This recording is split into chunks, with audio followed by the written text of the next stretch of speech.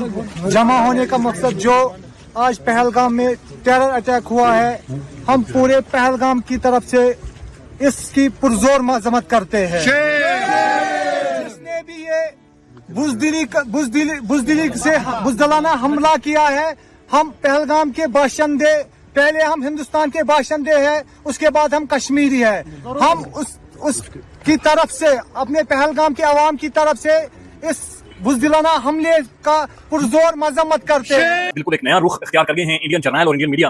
मुकम्मल तौर पर पागल हो गया है, बल्कि बावले होकर वो पड़ गए हैं। यानी इंडिया के अंदर जो ट्रेंड चल रहा है वो रिवेंज है, रिवेंज। मोदी चूंकि सऊदी अरब के दौरे में, मोदी जी वापस आए, हमने अभी नहीं छोड़ना, हमने अभी नहीं छोड़ना। और ऐसा महसूस हो रहा है कि वो जर्नल बिल्कुल सजा गए, बिल्कुल पागल हो गए। सिक्योरिटी फोर्सेज है, उन्होंने मैन हंट लॉन्च कर दिया है। अब वो पागलों की तरह कश्मीरियों के घरों में घुस रहे हैं और तलाश कर रहे हैं कि ये कहां से ऑर्गेनाइज हुआ सारा ये अटैक। इंडियन मीडिया पे सख्त आग लगी हुई और ऐसे लगता है कि सारी इंटेलिजेंस उनके पास और एज एक्सपेक्टेड फौरी तौर पे सारा मलबा पाकिस्तान पे डाल दिया गया। पाकिस्तान अल्हम्दुलिल्लाह सर इस वक्त मजबूत तरीन इस खित्ते का मुल्क है, इस मजबूत तरीन। हम एक न्यूक्लियर पावर है और किसी माई के लाल की जरूरत नहीं है पाकिस्तान की तरफ मैली आंख से देखने की। कोशिश की गई थी, तो जहाज गिरे थे यहाँ पे। अब सवाल ये पैदा होता है कि नरेंद्र मोदी कहते हैं कि छोड़ा नहीं जाएगा, जो लोग इसके रिस्पांसिबल परपिट्रेटर्स हैं, तो जाहिर है कि वो 4, 5, 6 गनमैन की बात नहीं कर रहे जिन्हें हिंदुस्तानी अखबार ने कहा है कि 5 या 6 थे। वो बात कर रहे हैं कि इसके पीछे मास्टरमाइंड कौन है। तो पाकिस्तान और भारत के बीच पहले ही कशीदगी अपनी इंतहा को छू रही है, वो किसी न किसी जंग की सूरत में बदल सकती है। लेकिन ये बात तय है कि प्राइम मिनिस्टर नरेंद्र मोदी जो वापस आ रहे हैं अपने दौरे को कट करके, वो उसका मकसद ही यही है कि वो कुछ बहुत अहम फैसले करने जा रहे हैं जो इमीडिएट नौयत के हैं। अब मोदी जब कहते हैं कि वो इसका बहुत सख्त रिस्पांस देंगे, तो वो सख्त रिस्पांस क्या होगा ये वेडनेसडे मॉर्निंग को हमें पता चलेगा। लेकिन मैं इतना जरूर समझता हूँ कि रिस्पांस होगा जरूर। और हिंदुस्तान पाकिस्तान के दरमियान टेंशन जो हैं वो मुझे बहुत तेजी से बढ़ती यहाँ पे नजर आ रही हैं। वो कहती है पाकिस्तान ने करवाया ज्यादा, हमने बदला लेना। तो ये एक बड़ी खौफनाक किस्म की सूरत हमारे पड़ोस में बन गई है, जहां पर इल्जाम पाकिस्तान के अंदर पाकिस्तान के हवाले से लगाए जा रहे हैं। और ये बड़ी खौफनाक चीज है, ये बहुत ही ज्यादा खौफनाक चीज है। ये कैसा टाइम है जब इंडिया डिप्लोमेटिकली बहुत ज्यादा इवॉल्व कर चुका है। जेडी विंस हमारे नायब सदर इस वक्त इंडिया के अंदर मौजूद है। तकरीबन $500 बिलियन की डील हो चुकी है, तकरीबन आधा खरब। मैं इन जर्नलों को एक बार फिर वादे करना चाहता हूँ, आपके खिलाफ इतना तगड़ा केस इंडिया बना रहा है कि आप तसव्वुर नहीं कर सकते। इंडिया आपको वहां बांध के मारेगा अमेरिका के साथ और इसराइल के साथ मिलकर, कि आपको पानी भी नहीं मिलेगा। जिसने भी ये आज ये बुजदिलाना हमला टूरिस्ट पे किया है, ये टूरिस्ट पे अटैक नहीं है, ये पूरी इंसानियत पे अटैक है। आज इंसानियत का कत्ल हुआ है। जो गवर्नमेंट है जम्मू एंड कश्मीर की, हम उनसे पुरजोर मजम्मत करते हैं कि उनसे इल्तिजा रिक्वेस्ट करते हैं कि जिसने भी ये हमला किया है, कातिल को जल्द से जल्द पेश किया जाए। हमले की पुरजोर मजम्मत करते हैं। We want justice! We want justice! मजलूमों का कत्ल बंद करो। इंडियन मीडिया पे सख्त आग लगी हुई और ऐसे लगता है कि सारी इंटेलिजेंस उनके पास और एज एक्सपेक्टेड फौरी तौर पे सारा मलबा पाकिस्तान पे डाल दिया गया। माजी में भी हमने देखा फॉल्स फ्लैग ऑपरेशन हुए कश्मीर में पे। और क्या पाकिस्तान इस मलबे को सही तरह साफ कर पाएगा? लेकिन इसके पीछे जो मुहर्रकात है, जो कश्मीर के साथ जो हिंदुत्व माइंडसेट की एप्लीकेशन है, कश्मीरी लोगों के साथ, कश्मीरी सोच के साथ, कश्मीर की आजादी के साथ, वो बिना है जी इस पूरे इंसिडेंट के पीछे कि ये एजेंसियों से करवाया है भारत की हुकूमत ने। तो ये उनका एक वतीरा रहा है जी। इंडिया का ये स्टेट स्पॉन्सर्ड टेररिज्म और हाइब्रिड वॉर की एप्लीकेशन है, ये उनका इंस्ट्रूमेंट है, पॉलिसी एक बन चुका है मालिक साहब। ये उसको अभी यूज करते हैं। पाकिस्तान अल्हम्दुलिल्लाह कन्वेंशनल डोमेन में हर एस्केलेशन लेटर पे इनको मैच करने की सलाहियत रखता है, बल्कि उससे ऊपर जाएगा। ये इन्होंने 5 धमाके किए हैं तो यहाँ से 8 हुए हैं, इन्होंने 4 हमले किए हैं तो 6 टारगेट लॉक हुए हैं। तो एक हिंदुत्व माइंडसेट वाले मोदी का हम सामना कर रहे हैं और दिस इज अ सीरियस, कोई नई अनहोनी नहीं हो रही है। पाकिस्तान अल्हम्दुलिल्लाह सर इस वक्त मजबूत तरीन इस खित्ते का मुल्क है, इस मजबूत तरीन। हम एक न्यूक्लियर पावर है और किसी माई के लाल की जरूरत नहीं है पाकिस्तान की तरफ मैली आंख से देखने की।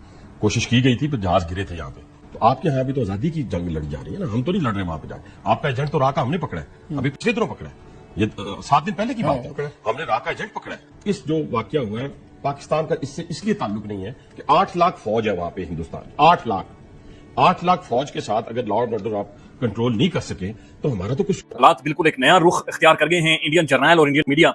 मुकम्मल तौर पर पागल हो गया है, बल्कि बावले होकर वो पड़ गए हैं। और इंडियन मीडिया जो काम कर रहा है ये खौफनाक है। पहलगाम वहां पर फायरिंग हुई है और 28 सयाह हलाक हो चुके हैं। कोई अकलदन तंजीम की कोई नई ऑफशूट है, उनके जानिब से ये किया गया है। लेकिन इंडियन मीडिया खुलकर ये कह रहा है कि ये मामला पाकिस्तान ने किया है। इंडियन मीडिया और इंडियन जर्नल वहां पर मीडिया पर बैठकर लगातार धड़ाधड़ वो इल्जाम लगाने शुरू हो गए हैं कि ये जो जनाब हुआ है हमारे ऊपर हमला, ये पाकिस्तान ने करवाया और ये पाकिस्तान ने किया, लिहाजा हम बदला लेंगे। यानी इंडिया के अंदर जो ट्रेंड चल रहा है वो रिवेंज है, रिवेंज। मोदी चूंकि सऊदी अरब के दौरे में गए, मोदी जी वापस आए, हमने अभी नहीं छोड़ना, हमने अभी नहीं छोड़ना। और ऐसा महसूस हो रहा है कि वो जर्नल बिल्कुल सजा गए, बिल्कुल पागल हो गए। यानी अपना इंडिया का सिक्योरिटी लैब्स है, इंडिया के विदिन ये सारे मामला चलाए गए। हालांकि 7 लाख फौज है वहां पर और वहां पर ये सब कुछ हो रहा है, लेकिन वो इसका इल्जाम पाकिस्तान के ऊपर ना सिर्फ लगा रहे हैं, बल्कि जो इंडियन जो वॉर मॉन्गर मीडिया है वहां का, जो एक इग्नाइट करता है, जंग को इग्नाइट करता है, जो कि जंग की वहां की मीडिया पूरी एक इंडस्ट्री है, उन्होंने एकदम चक्की की तरह चलना शुरू कर दिया और रिवेंज रिवेंज रिवेंज रिवेंज, और बिल्कुल एक माहौल उन्होंने इंडियन मीडिया के अंदर बना दिया कि ये पाकिस्तान, वो कहते हैं पाकिस्तान ने करवाया, लिया हमने बदला लेना है। तो ये एक बड़ी खौफनाक किस्म की सूरत हमारे पड़ोस में बन गई है, जहां पर इल्जाम पाकिस्तान के अंदर पाकिस्तान के हवाले से लगाए जा रहे हैं, और ये बड़ी खौफनाक चीज है, ये बहुत ही ज्यादा खौफनाक चीज है। ये एक ऐसा टाइम है जब इंडिया डिप्लोमेटिकली बहुत ज्यादा इवॉल्व कर चुका है। जेडी विंस हमारे नायब सदर इस वक्त इंडिया के अंदर मौजूद हैं। तकरीबन $500 बिलियन की डील्स हो चुकी हैं, तकरीबन आधा खरब उसकी डील्स इंडिया के अंदर हो चुकी हैं। एक बड़ा लेविश प्रोटोकॉल है, यानी एक बड़ी तगड़ी किस्म की उनकी ज़ियाफत की जा रही है, उनकी खिदमत की जा रही है, और बिल्कुल इंडिया को एक बहुत बड़ी तोप बनाकर अमेरिका इस वक्त पेश कर रहे हैं। अमेरिका उसे खड़ा कर रहा है, अमेरिका उसे स्टैंड कर रहा है। जेडी विंस वहां पर टीका लगा रहा है माथे पर, वहां के कपड़े पहन रहा है, उसकी फैमिली वही कपड़े पहन रही है। फिर मोदी जब सऊदी अरब गया तो फिर उसे बाकायदा से वहां के जो जंगी जहाज हैं, सऊदी एयरफोर्स है, उन्होंने प्रोटोकॉल दिया, और उसके बाद ये इस तरह का जो वाकया है, लेकिन इसका कोई ना कोई रद्द-ए-अमल इंडिया की जानिब से आएगा, और ये 2019 वाली सूरत हाल बनाई जा रही है।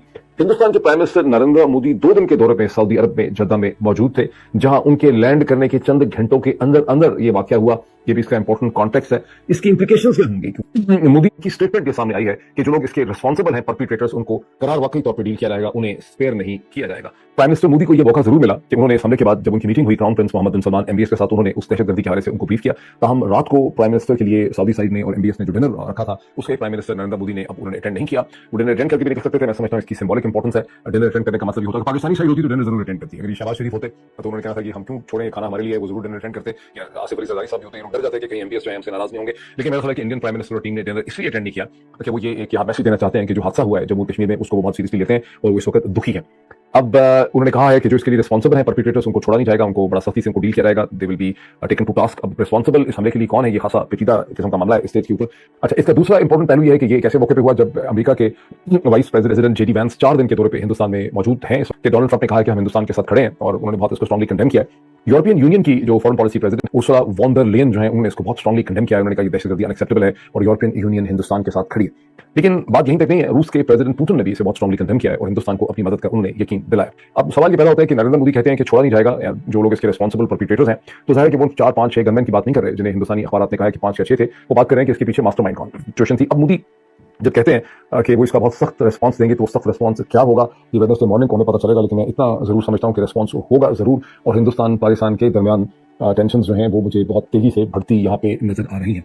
मेरे पाकिस्तानियों, जरा सूरत हाल को देखें। अमेरिका का वाइस प्रेसिडेंट भारत में, और एक हमला हो जाता है खुदा कश्मीर। इल्जाम आता है लश्कर तैयबा, टूरिस्ट मार दिए जाते हैं। क्या जर्नैलों को लगता था कि भारत के साथ दोस्ती की पींगे बढ़ाएंगे तो वहां से डसना खत्म हो जाएगा? टाइमिंग चेक करें। सो ट्रंप का फौरन ही मजम्मती बयान आया है, और वो दहशतगर्दी के मामले पर भारत के साथ खड़ा है, ये उसने बयान दिया है।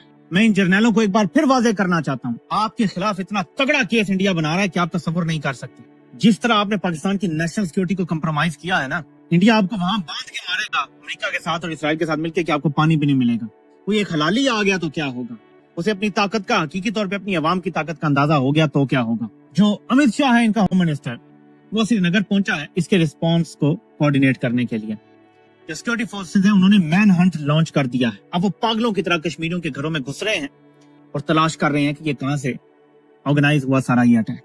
और एक ये है कि भारत ने जर्नैलों की गिच्ची दबाने का फैसला कर लिया कि अब ये गिरे हुए हैं, अगर ये डाउन है तो इनको आउट ही कर दो। लेकिन मुझे जर्नैलों के ऊपर गुस्सा भी आ रहा है और तरस भी आ रहा है कि लेटे हुए भी हैं और अब छितर भी खाएंगे आर्मी बरादरी से। तो दोस्तों, पाकिस्तानी मीडिया कैसा रोना रो रहा है वो आप सभी ने देखे हैं।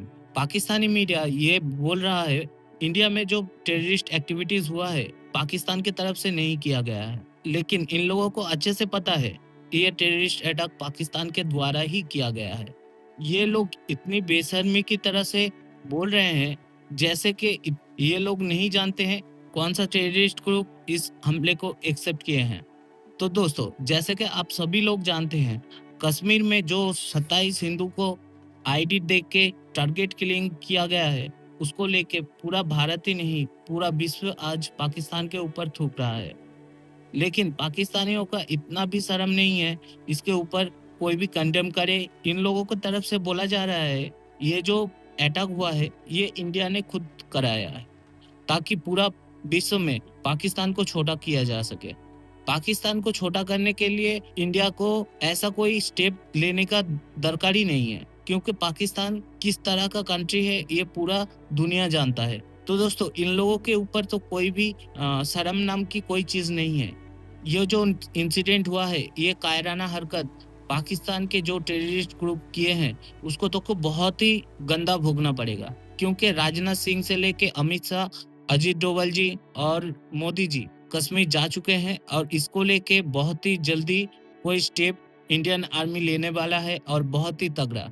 उसको लेके पाकिस्तान बहुत ही ज्यादा घबराया हुआ है और परेशान भी दिख रहा है, जो उनके मीडिया में खास पता चल रहा है। ये जो अटैक हुआ है, इसका जो गलती है, ये पाकिस्तान को शायद 50-60 साल पीछे ले जाए, क्योंकि एक सोते हुए शेर को इस तरह से छेड़ा गया है। सोते हुए शेर कभी भी खामोश नहीं बैठेगा और छोड़ेगा भी नहीं। इसके ऊपर आपका क्या राय है दोस्तों, नीचे कमेंट सेक्शन में जरूर लिखें और इसी तरह के कंटेंट देखने के लिए हमारे चैनल को प्लीज सब्सक्राइब कर ले।